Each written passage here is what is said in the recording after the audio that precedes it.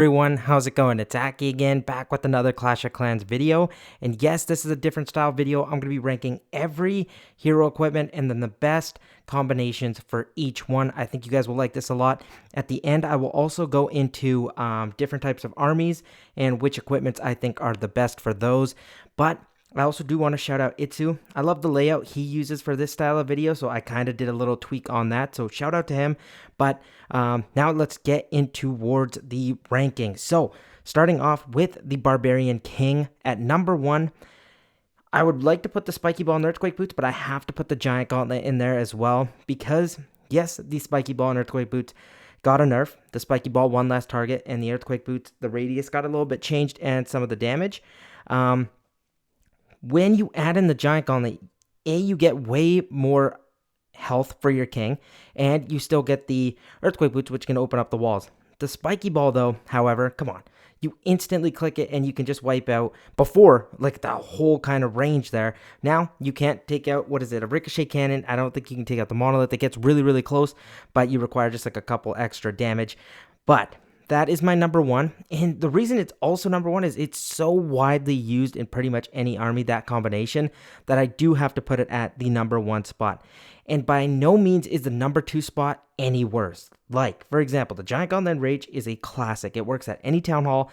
It is great. I use it for Rocket Loon Fireball attacks. I can use it in Super Witch attacks. You can use it realistically in any attack if you don't have the Spiky Ball leveled up.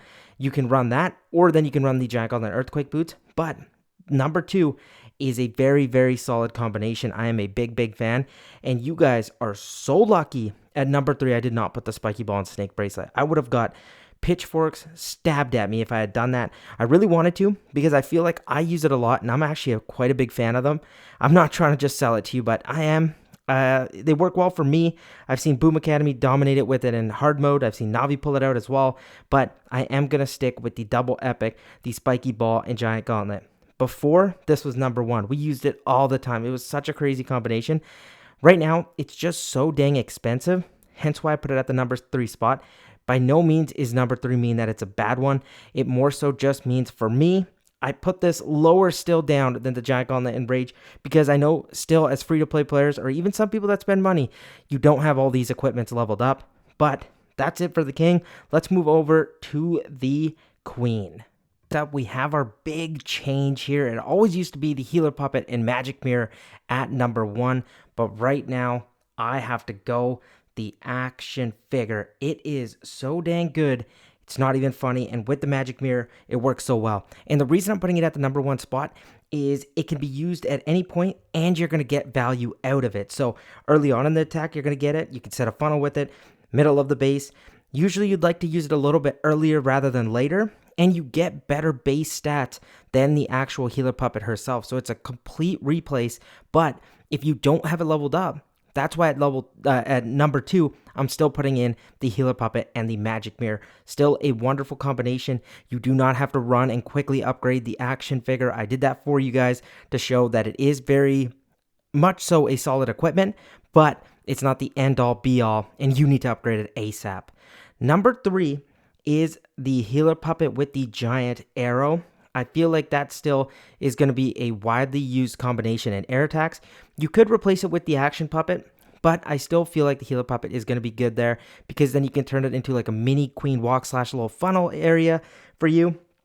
What sucks though is for those that do not have the Magic Mirror leveled up, another combination you could do is the Invisibility Vial and the Frozen Arrow.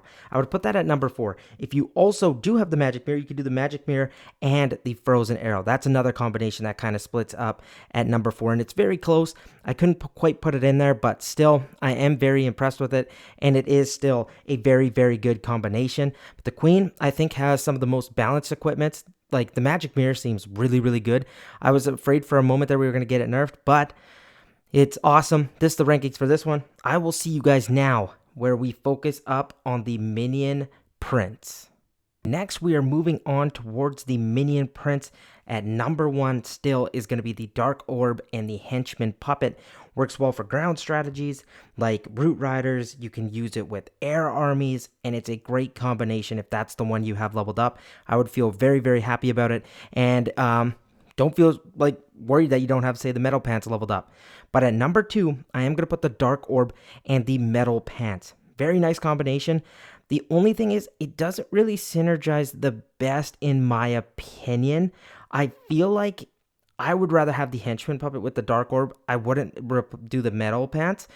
Really, realistically, you could do the Dark Orb with the Noble Iron, but I think you get better stats. And I think it's better off to just use the Metal Pants because you can be safer if you're not using the Henchman Puppet. Hence why I put that at number 2. But far and away, number 1. Actually, I shouldn't say far and away, but I do think number 1 is solidified. Number 2 is good. Number 3, I did a little bit of a cop-out here. Metal Pants with either the Henchman Puppet or the Noble Iron. I'm actually a big fan of the Noble Iron. Once you place it with the Metal Pants, your Minion Prints can be used like an RC and just charge into a base, and you can use invisibilities if you want, or you could just use them to solo a part of the base, and then you can recall them later if you feel like you want to. The stats are good, but I put it at the number 3 spot for a reason. I just think the Dark Orb is still the number 1 equipment, just bar none, for the Minion Prints. It is really that good.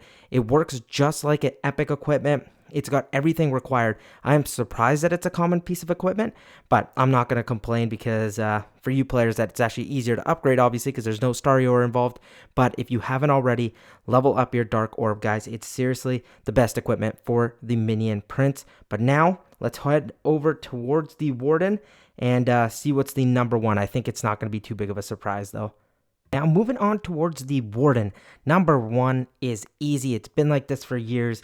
The Eternal Tome with the Healing Tome works with any strategy. Truly, it does not matter. If you have nothing else upgraded, just use this. Unless you're really trying to do a Fireball Rocket Loon attack, then probably the Eternal Tome and Healing Tome is not going to be your best friend. But even for strategies like Super Witches require a Fireball, you can use the Eternal Tome and Healing Tome. You don't need a Fireball. I've actually shown that off on my channel. If you want to check that out, you can. But definitely number 1, and I don't see it changing, at least for the foreseeable future.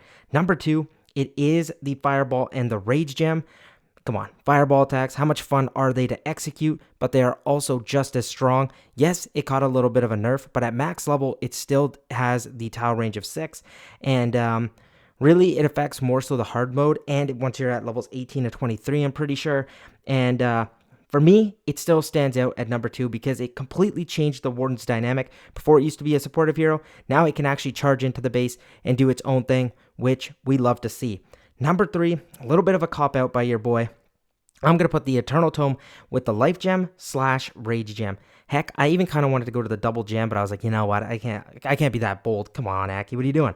But really, both of these combinations work well. The Eternal Tome and Life Gem, I love with Hybrid. I love with Super Hogs, Twin Miner attack strategy.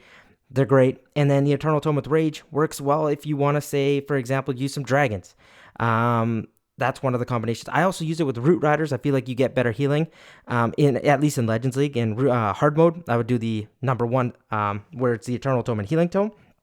But for strategies like that, the number 3 combination works great. Again, just because it's number 3 does not mean it's bad. In my opinion, these are all viable. It really just depends on how much ore you guys truly do have. But I do say, if like you're looking for where to put your ores, go to the number 1 and then work your way down. Because look, as long as you get number 1 down, you're pretty much set. Unless you want to really do those specialty Fireball attacks, then you can get the Fireball upgraded. But yeah, that's it for the Warden. Now we're going to move on to the Royal Champion and the final discussion of the video. I hope you guys are enjoying it so far. Finally, we are at the Royal Champion, the last hero. This one I think I struggled the most on because I was having an internal fight with this one. Number 1 and 2. For me, I actually personally like the Electro Boots and Rocket Spear the most because I feel like, I don't know, maybe it's because I'm really a big fan of air attacks, but then I also love ground. So this one's really, really tough for me. Number 1, I did end up deciding to go the Electro Boots with either the Hog Puppet or the Haste Vial. When you're doing a Spirit Walk dive, usually we're using the Haste Vial. Or you can use the Hog Puppet as well, because then you can recall it for later for an attack strategy like, say, like Hybrid or Twin Hogs when you need it later.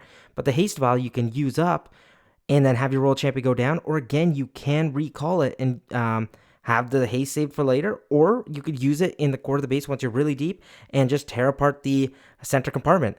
But man, the number 2 is so close. It's not even funny, guys. Like this one took me the longest to film because I was debating. I'm like, should I just put number 2 at 1? what should I do? But I decided to stick it at number 2 with the Electro Boots and Rocket Spear. And one of the key determinants for that, for me, was just how expensive it is. 2 epic equipments is crazy. At least with the number 1, it's 1 epic and then 2 common. Either one you decide to choose, but double epic is insanely expensive, but it is so dang strong that I did have to put it at number 2. And then for me, number 3 is the Seeking Shield and Rocket Spear. You can't really go wrong with this one.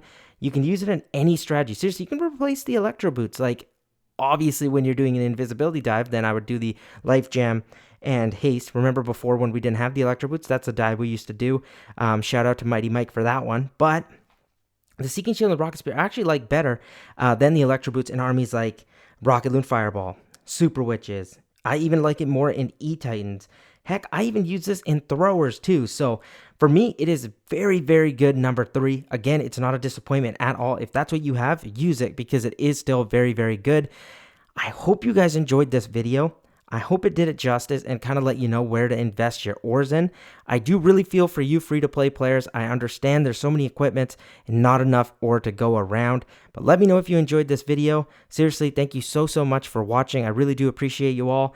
I'd like to venture out a little bit here and there to see if you guys would like this kind of content. And I feel like you do, but definitely do let me know. If there's something you don't agree with, put that in the comment section, and I'm glad to discuss with you. But remember, this is the 6th video for today. It's been a crazy day, but 30,000 subscribers. Giveaway just opened today. It's going to be open for 72 hours.